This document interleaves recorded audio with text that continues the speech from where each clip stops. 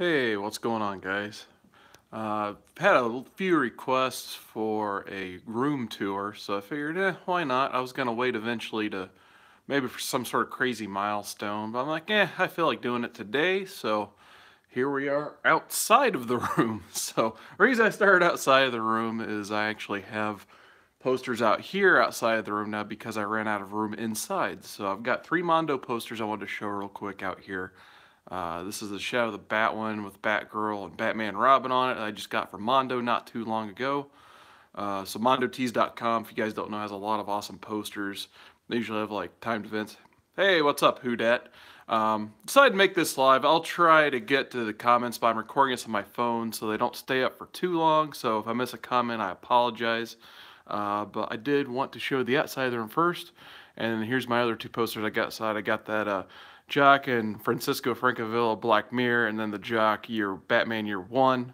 I see at least the Black Mirror one in Spidey fans videos all the time, so I always make sure to give him a comment about that. So that's why I like the poster so much, because I have it hanging in my own home. So without further ado, I guess we'll just go ahead and go into the room. And yeah, there's a big overlook of that where the filming and the magic happens, I guess you could say, or lack thereof. So anyway, I guess I'll get started with the corner. So I have a Death print. That's Death from Sandman, done by Adam Hughes' wife, Allison Sohn. So I really like that print. Made sure to put it as I open up in the door. Oh, thanks, Who Dat. I got a Tim Seeley sketch of Cobra Commander. He did this, I think it was in 2003. Hardly paid him anything for it. He was just starting out at the time. He was working for Devil's Due. Hey, what's up, Metarog? How's it going?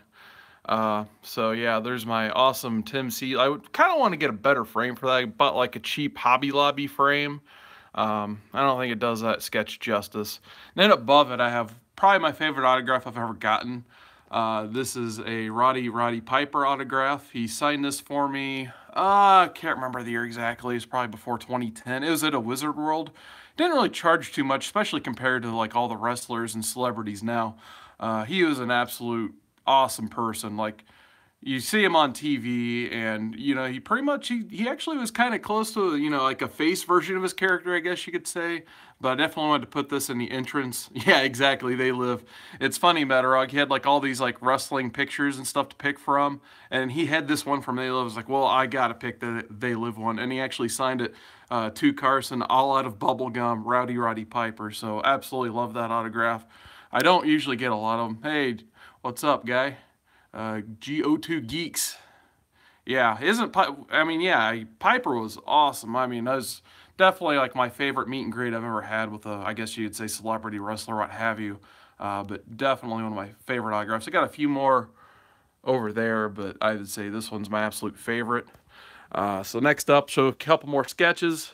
Got a Mike Choi Wolverine. He did that for free when he was at the Top Cow. Awesome Piper print. Oh, absolutely.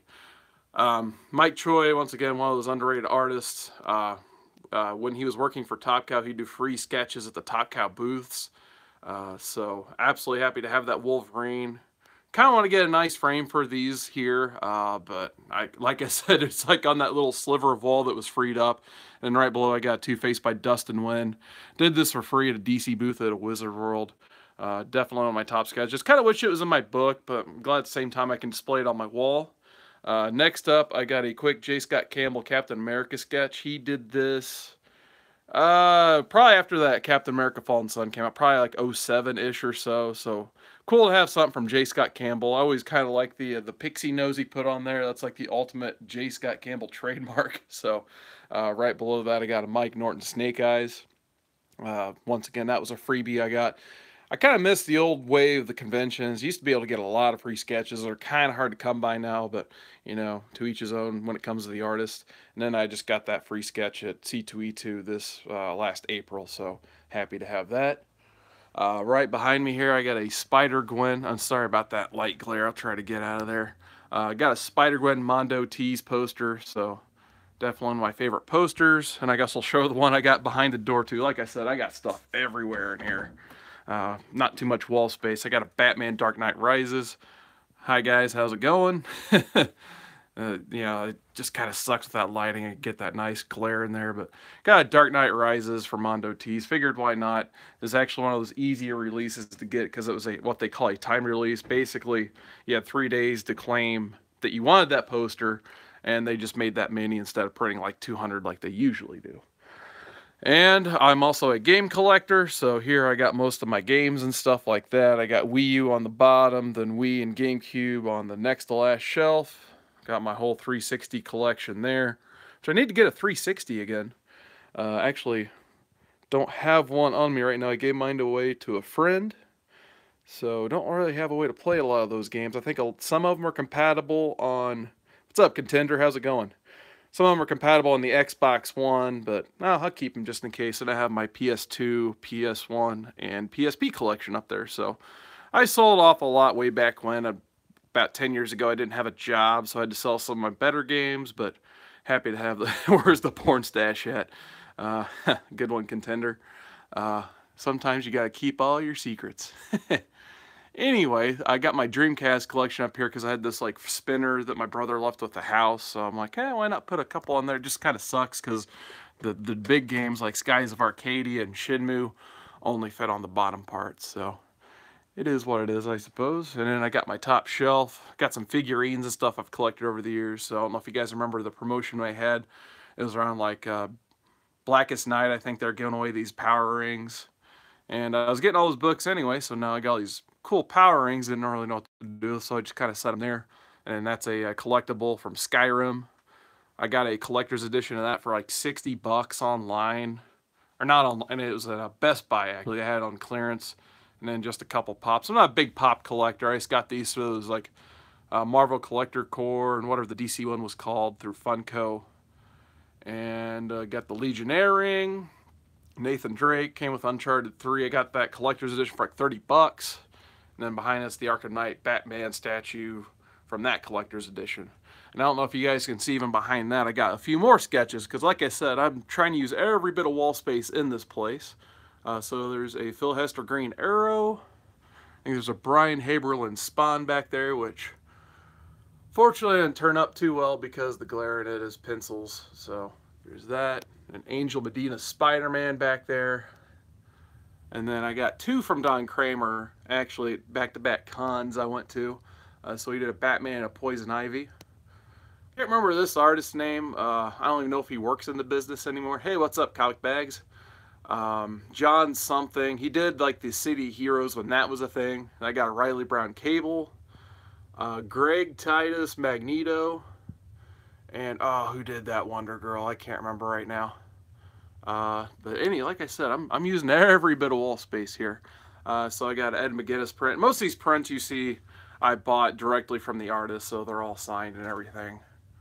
So I think his signature's behind the Amiibo Yoshi there, which by the way, there is one of my Amiibo shelves. I went head first into the Amiibo craze. I did a response tag.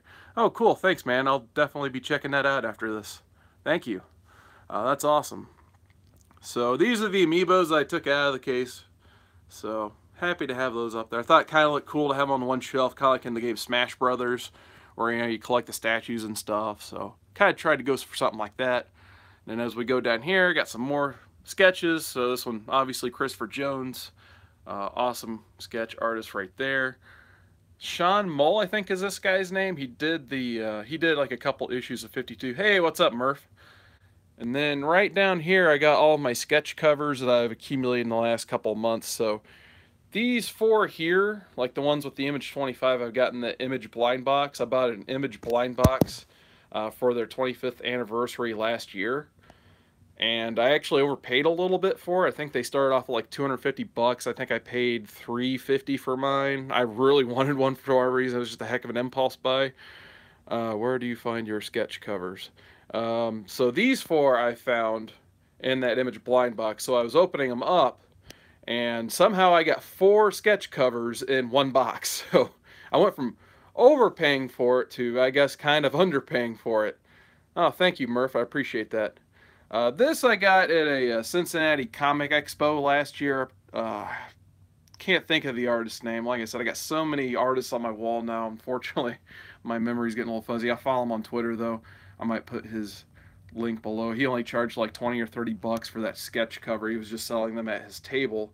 And then Who Dat, if you're still watching, you recognize a few of these. There's that Bob Camp Walking Dead Ren and Stimpy Zombie I bought off of you. And then I bought this off Marky316, The Supergirl by Billy Tucci.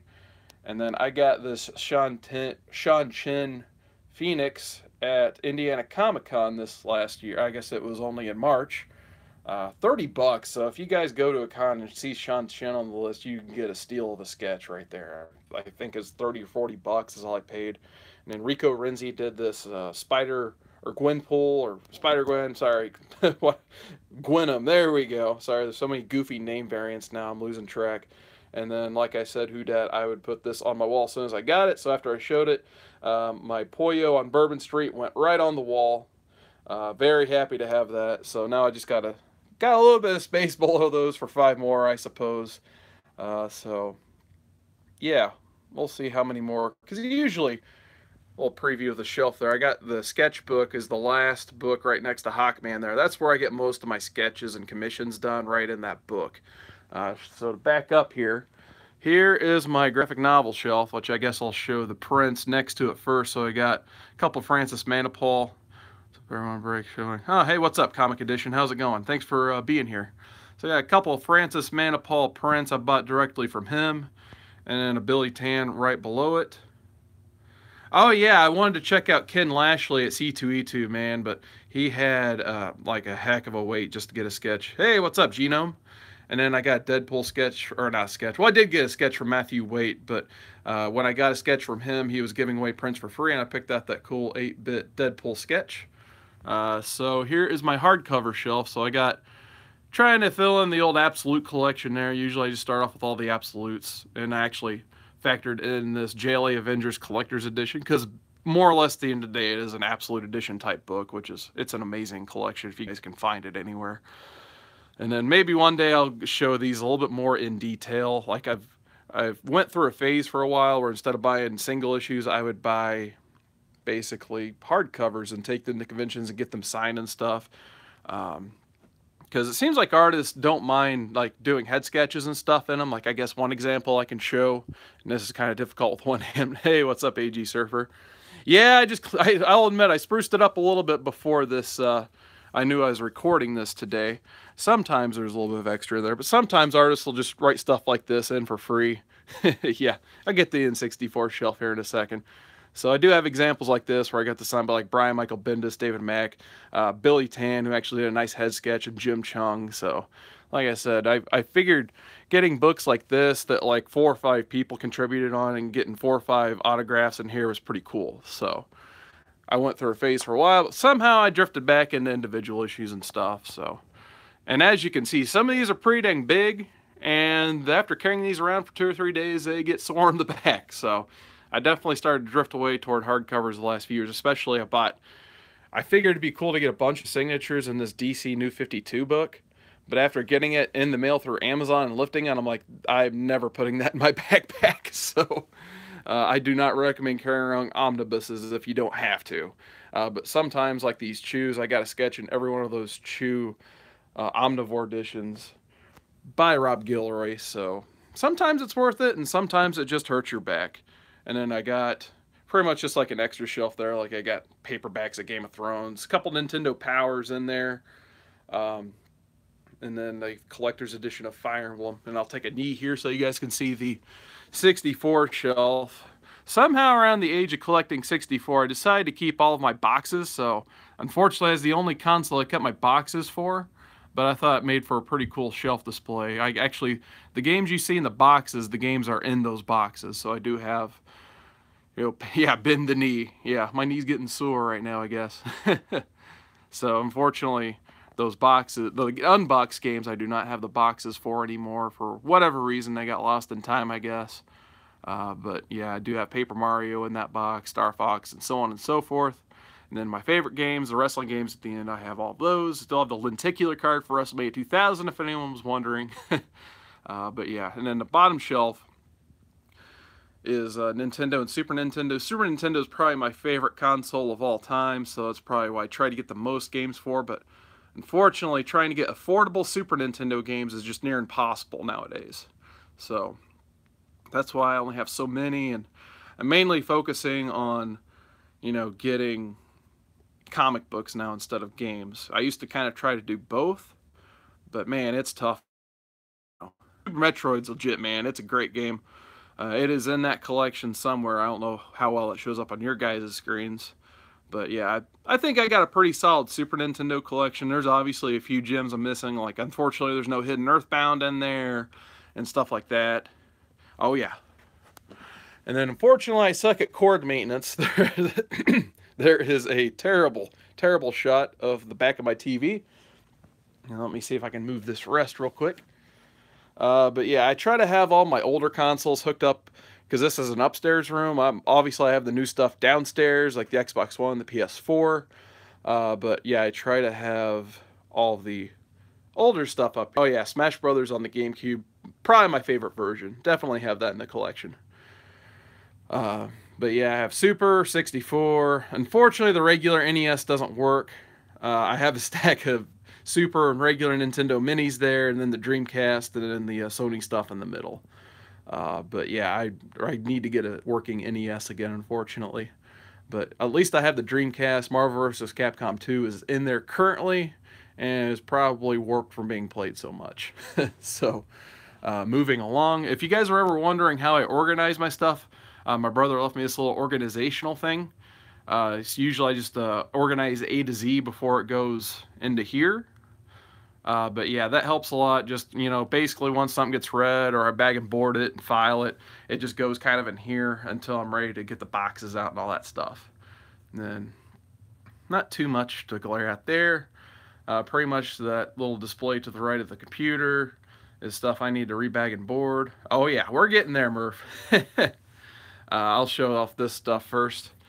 I have a Greg Capullo print. He used to hand these out for free at conventions whenever he would have like a get-together. So thought this kind of neat. He had a Nightwing print. He was just giving these out for free and signing them the year he was actually to Wizard World.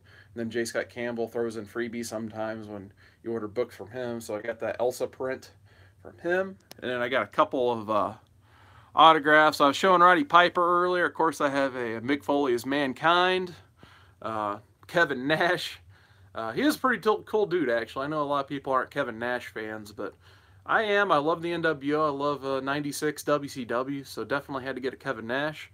And then I got these two free from Mr. Sacco's coming for you.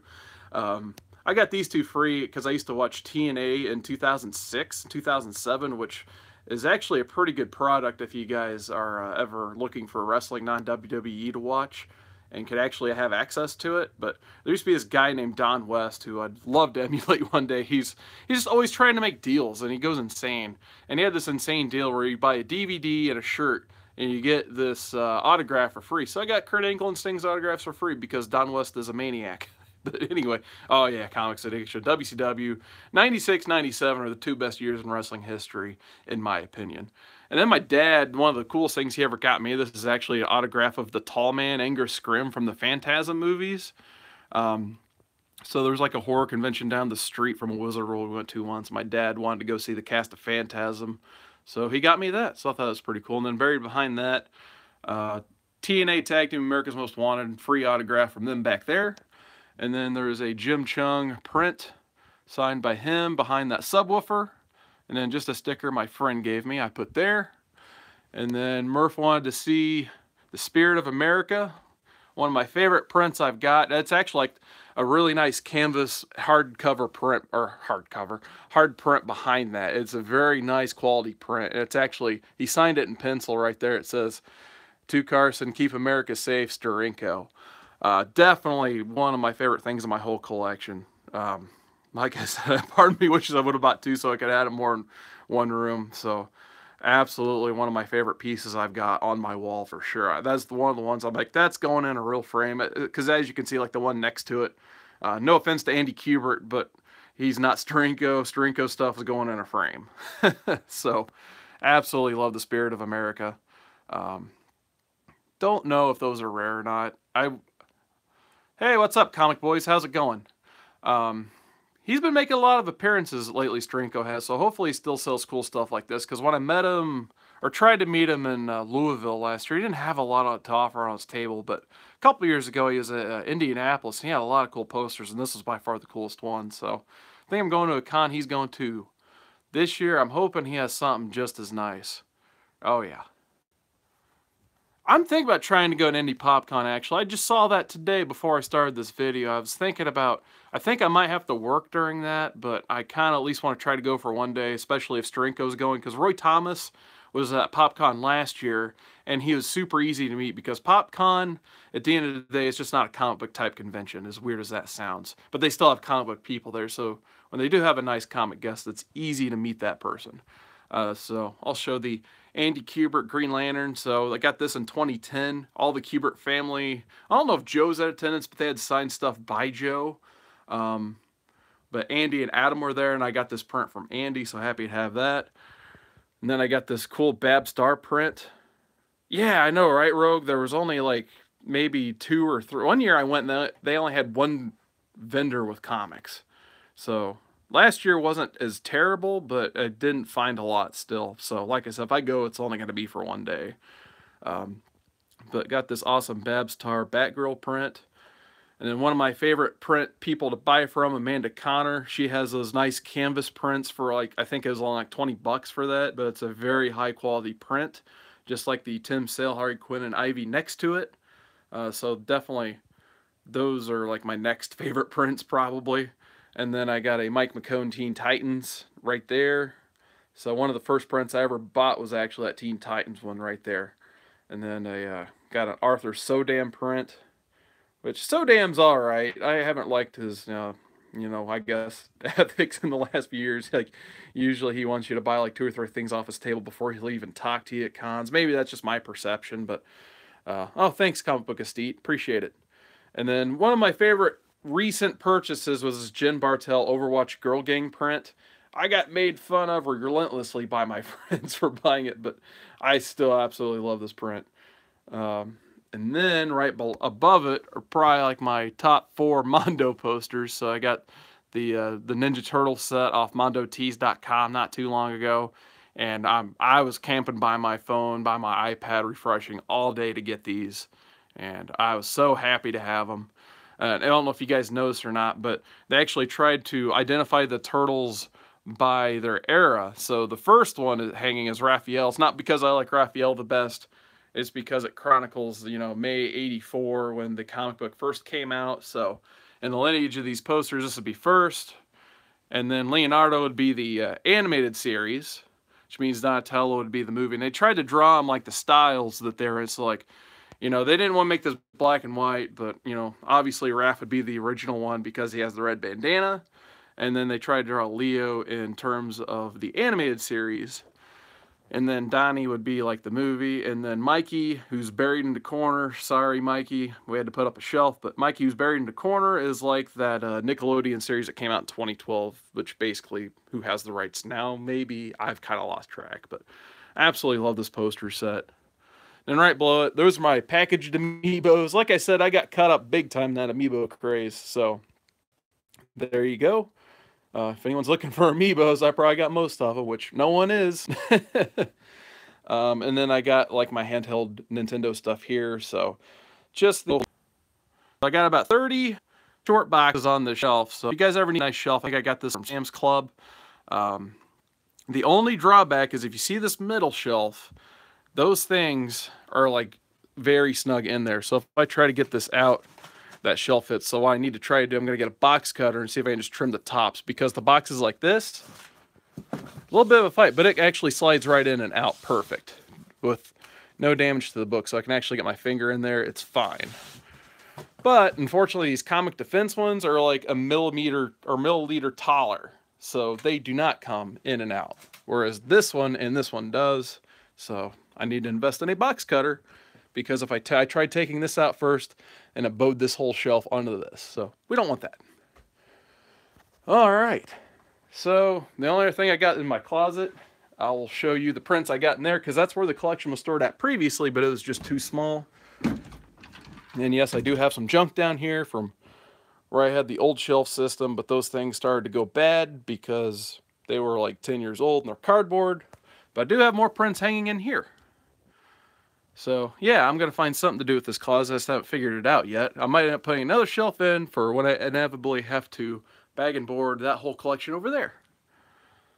So yeah, I got an all-new X-Men by David Marquez, an Oliver Coipelier X-Men. I think that was when he did, I'm trying to think of who the writer was. Basically, it's an all-female X-Men run. And then a Barry Kitson horror print. Barry Kitson actually, he did a free sketch for me in my book, so I definitely had to make sure I got a print from him for that. And then Kyle Higgins was selling these Gates of Gotham prints. And then there is a Jason Fabok print buried in the back here, which I really like. And then I wanted to highlight kind of these extra boxes up here. The reason I have these boxes up here is this is basically my childhood collection right here. Except for that, that's just more bags and boards. But these 4 boxes I decided not to file into the BCW boxes because it's kind of like a time capsule for myself, I guess. So anytime I'm feeling super nostalgic, I can just look at those boxes. I got like a lot of old Superboy and Steel and yeah, get the crap out of your mother. Actually, that's funny. I am still trying to get all the stuff out of my mother's house. They still find comics that are like under my old bed and stuff. So one day it'll all be filed correctly. But for now, yeah, I'm just taking what I want, I guess. But I do have these 4 boxes in this closet. So a lot of old Wizard magazines. I wouldn't mind doing a video on those one day. There's a lot of cool stuff in there. So I will shut that.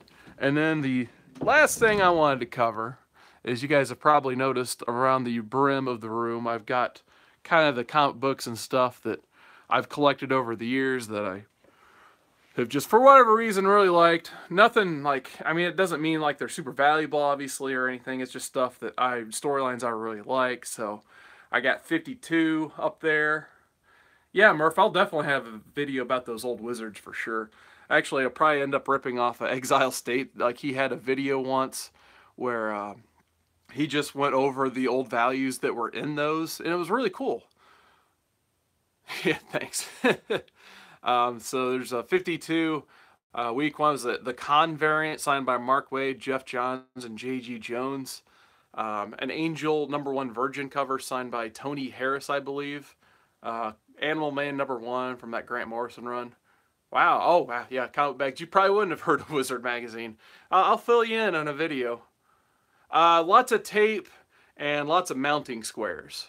So, like I said, this room kind of need to be repainted and redone anyway. So I'm like, well, instead of doing all that, I may as well just kill a short box worth of space in comics and mount them up there. So they are mounted up there, and I can get them down without damaging them. So, yeah, I got all kinds of like Scotch tape, not Scotch tape, but boxing tape, that type of stuff too. So, and there have been no damages, so that's great. Yeah, I need to go to Floor From Ceiling to get my collection, unfortunately, stored the way I want. So there's a J. Scott Campbell Avengers variant, Avengers 500.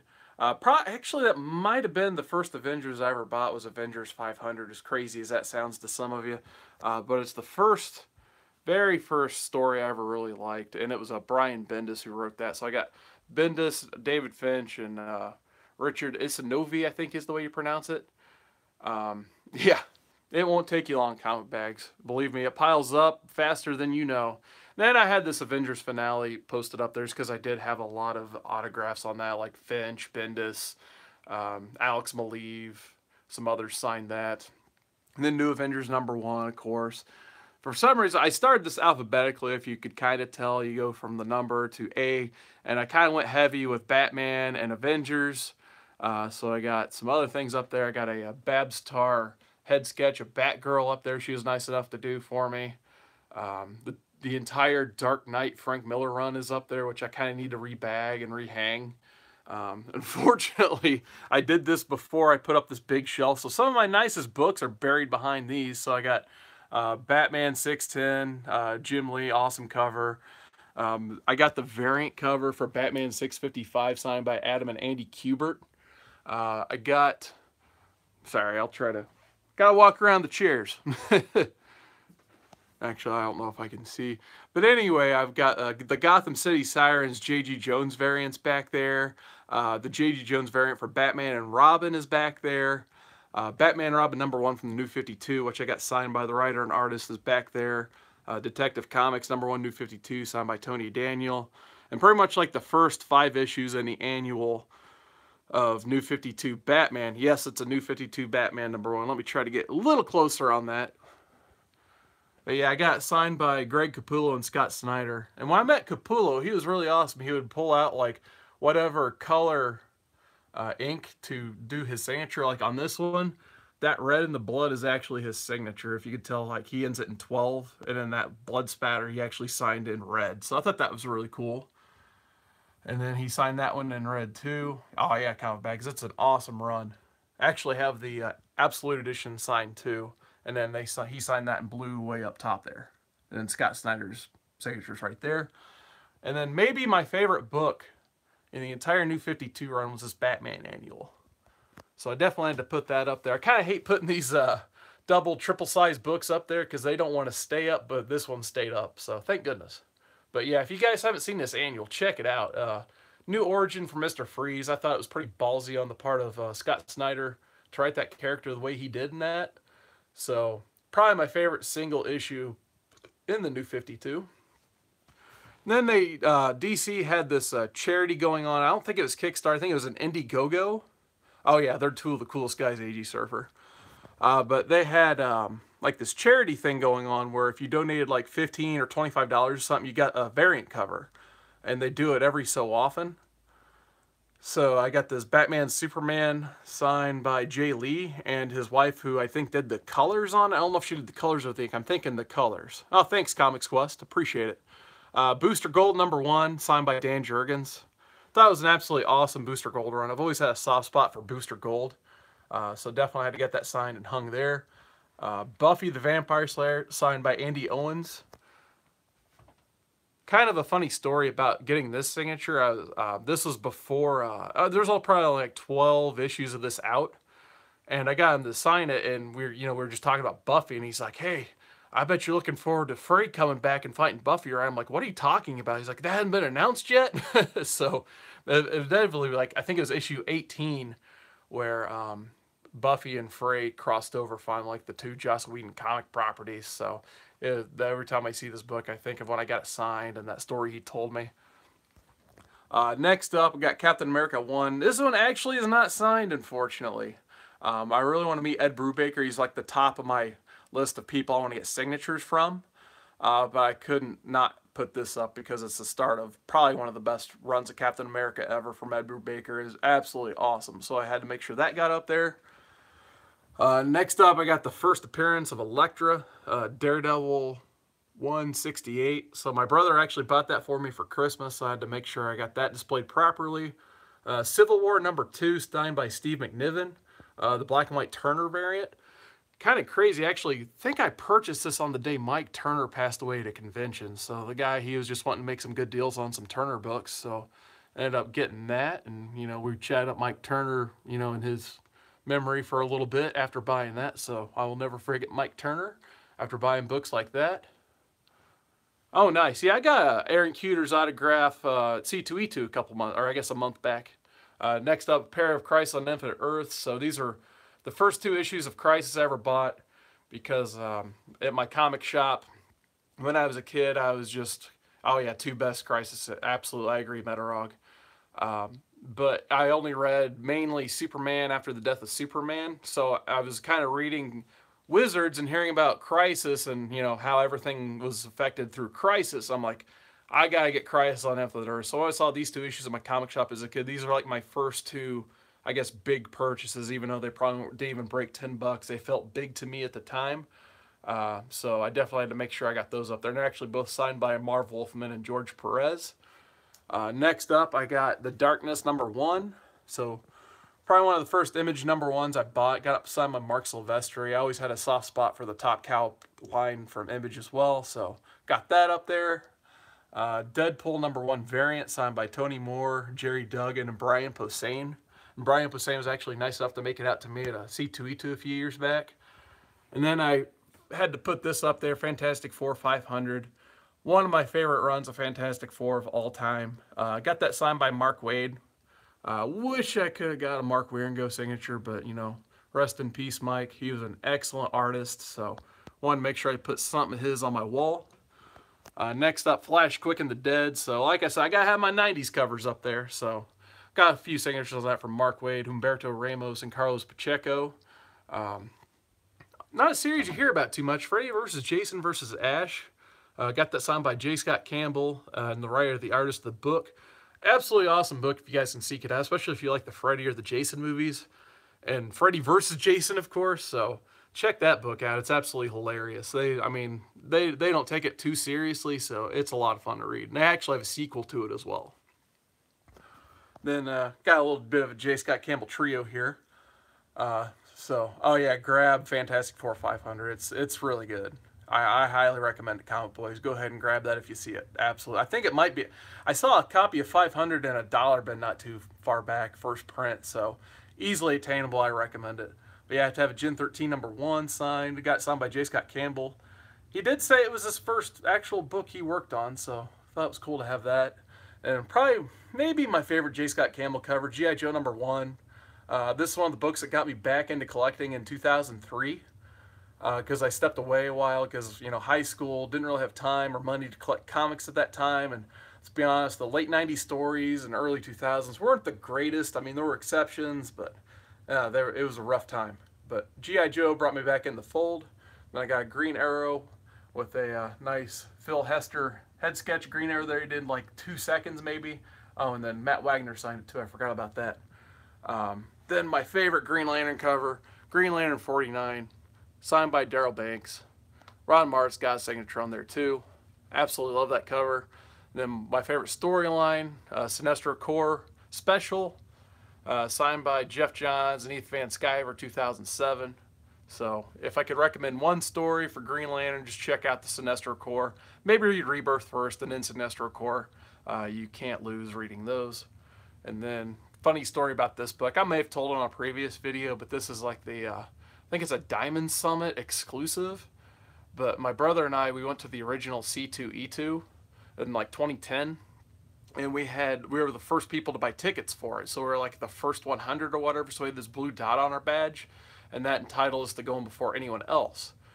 So we went in, we were the only people walking around, and DC was starting to put out their free stuff. So we're like, oh cool, free comics. So we each swiped up one of these, and then later we realized, I don't think these are even supposed to be out on that table, but it was like, so we had them. So yeah, they weren't sitting out for more than like 30 seconds of that. So had to hang that up because of the funny story behind it. Harley Quinn Zero, got about 3 or 4 signatures on that. Hawkeye, the Adi Granoff variant for the Matt Fraction run, which is an awesome run if you guys haven't checked that out. I love that Hawkeye run from Matt Fraction. Got this from Jeff Loeb himself. He was giving these away for free. Heroes was in its heyday, so I got this signed by Jeff Loeb and Tim Sale. Used to love that show, especially the first season, but anything after that kind of just sucked, I'll be honest. I guess season 4 wasn't too bad, but season 1 was awesome way back in the day, so that's when I got that. My favorite 2000s crossover, Infinite Crisis, got that signed by Jeff Johns as well. Now I got this Alex Ross signed Justice, which I actually, right below it, have an Absolute signed by him as well. So, love that series. Kingdom Come, bought that when I was a kid off the stands myself. Actually, on the inside, it is signed by Mark Waid and Alex Ross. So, one of my favorite series of all time is Kingdom Come. Can't beat the art in that. If you guys are fans of Alex Ross and haven't read that, you like stop watching this and go out and find a way to read that now. I mean, it is absolutely amazing. Marvel Zombies, I actually do have all the first prints at this point of that, but when I got this signed, I just had the second print, which is probably my favorite cover anyway, so I got that signed by Arthur Sodam, and actually up there is Robert Kirkman's signature. He doesn't have the best signature, but hey, it's still cool to have it. And then I have a Miss Marvel #1 I bought off the stands. Yeah, Comic Boys for sure read Kingdom Come. It's a what they call an Elseworlds type of title, so it wasn't in the DC continuity, but they still wrote it like it was the future of the DC universe. So absolutely check it out.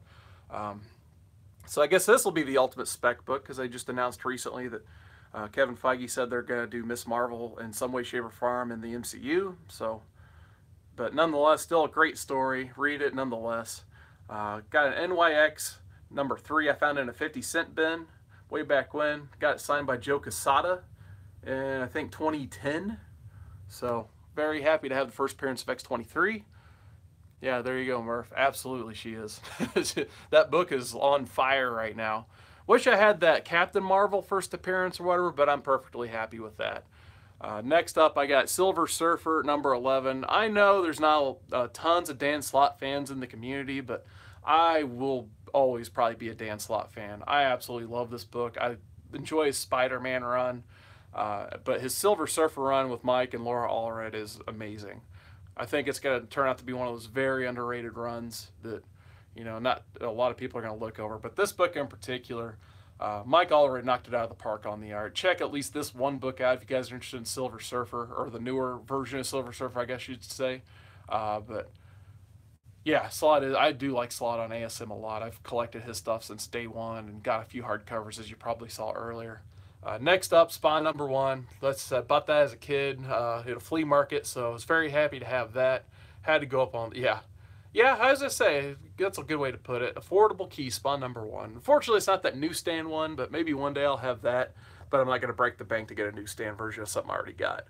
Then I got ASM 700 in the corner there, signed by Humberto Ramos. One day I hope to get Dan Slott's signature on that. And then right around the corner, I bought this one off the stands myself for cover price. Edge of Spider-Verse #2, first appearance of Spider-Gwen. And then I got signed by the creators, which one of them was nice enough to give me that little Spider-Gwen head sketch on there. So Jason Latour, I should say. Absolutely awesome. Glad to have that. Star Wars Dark Empire is definitely my favorite Star Wars comic for a while, and I had to have something Star Wars in this room, so I put up a Dark Empire. Unfortunately, I don't have that signed by anybody, but I always loved that book. This is actually my first eBay purchase as a kid. I convinced my mom to buy that whole run for me on eBay, so there it is. And then, like I said, it's where my roots started, are these two books right here. So the first book I ever got, it's not this exact one, but the first book I ever bought, or was given, I guess, was Superman 75. So luckily I now have a bagged version of it signed by Dan Jurgens on the bag. And then that die-cast cover of Adventures of Superman 500, which I'm actually going to try to get signed in Cincinnati in September, because Tom Grummett will be in attendance at that con. So probably my favorite character as a kid, Connor Kent, Superboy, absolutely. And then another book that got me back into comics in the early 2000s was Superman Batman. Loved Jeff Loeb in the early 2000s. Ed McGuinness's art I loved as well. And actually I got both of them to sign this book.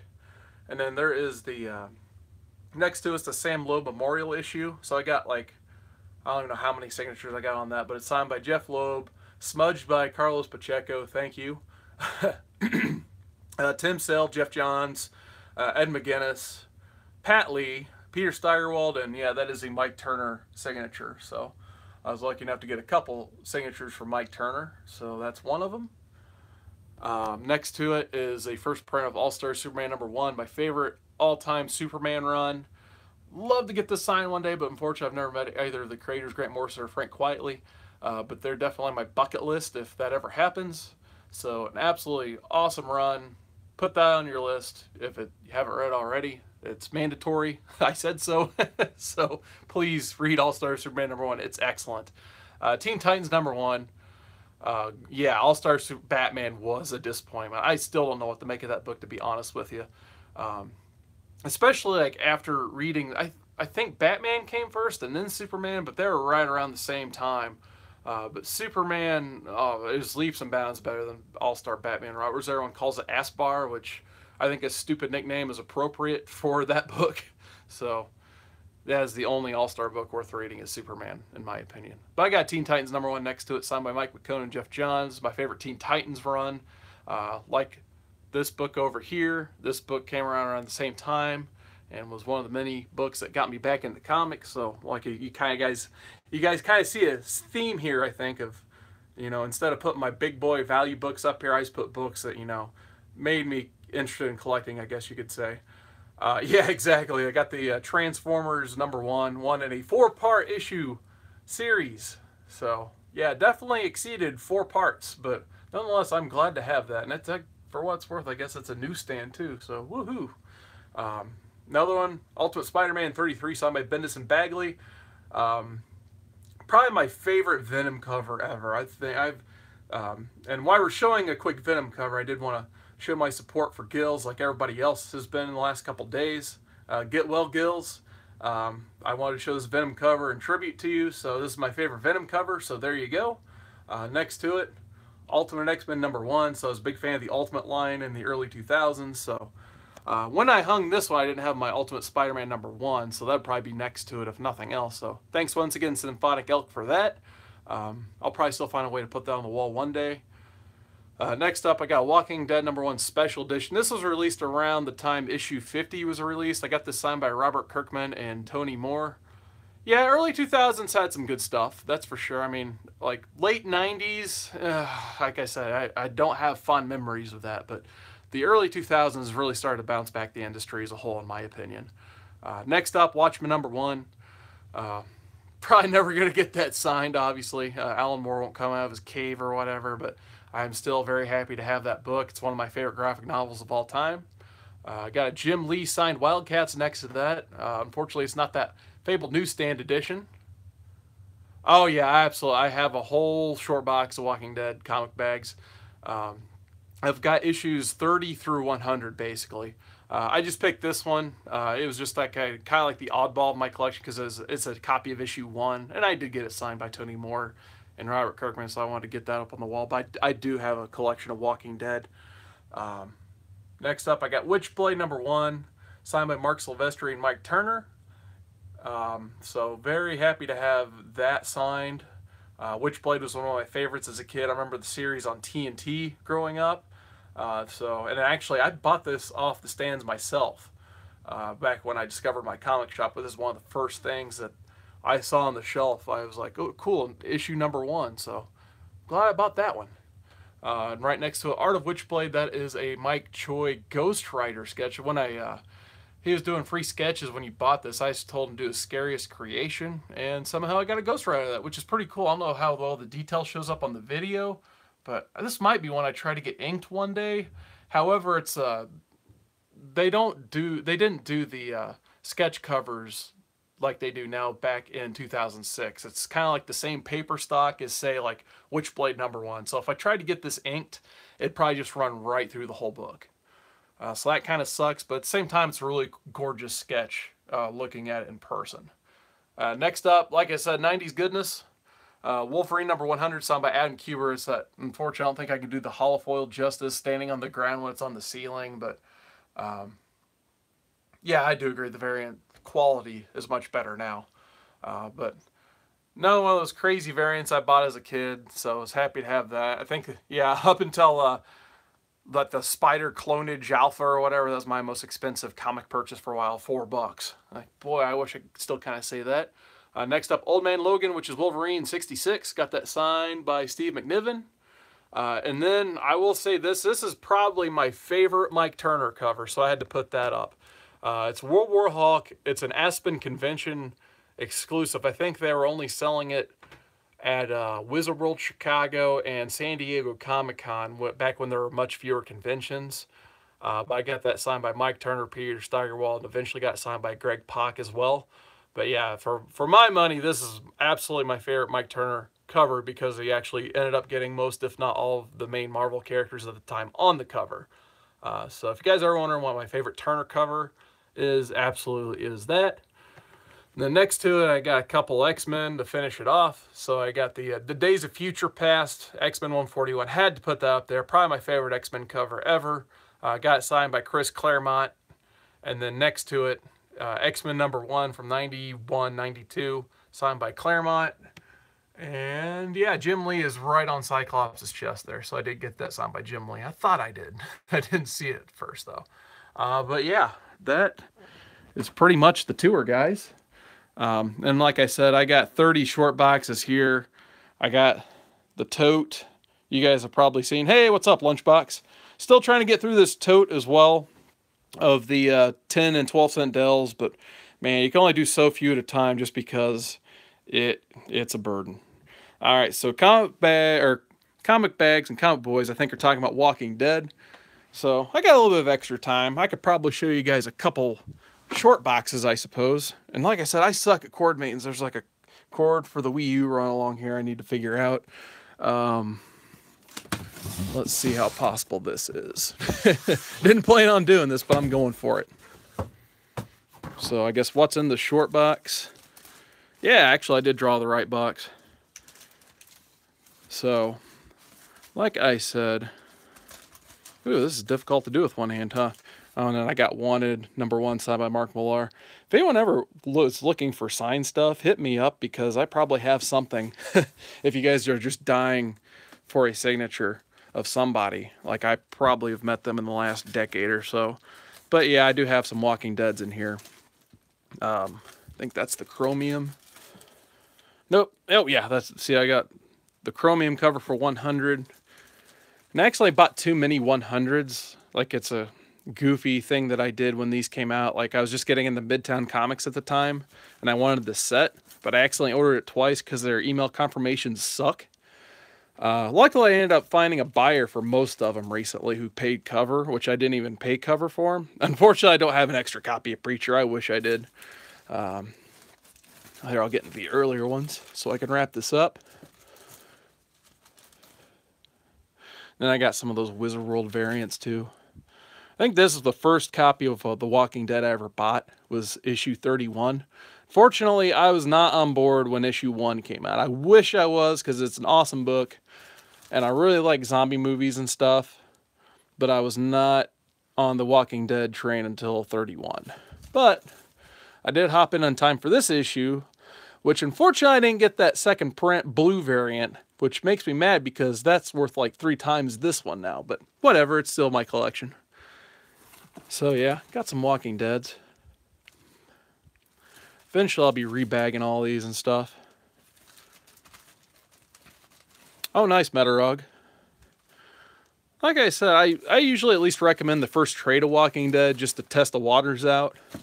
But it really wasn't until... Here, let's see if I can hunt it out. Yeah, for some reason I didn't like to tape my tops way back when. It wasn't until about this run where they finally fight the Governor. I think this is the last issue of the Governor fight. This is what sold Walking Dead for me. I thought it was awesome. So, highly recommend at least, like, I think 42 through 48. Yeah, there's the Governor right there.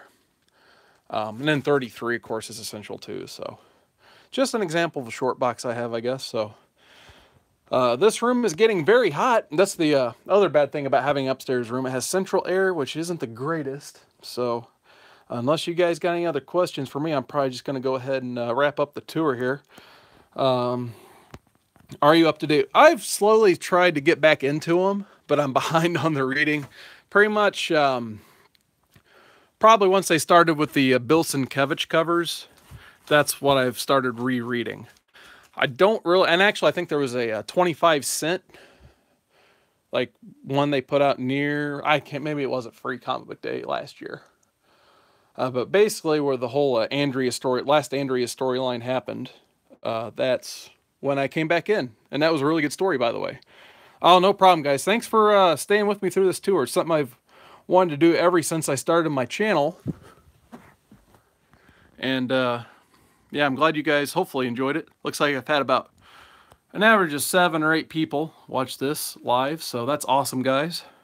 Usually I expect 0 to 1. Thank you. Just one last pan, I guess. So, yeah, like I said, I don't really have too many plans to take down any of those books. I wouldn't mind filling in that little void there, because that's about the only little bit of room I got left. So one day I'll figure out something to put there. And then I'm probably going to move these 2 shelf stuff. And have a good night.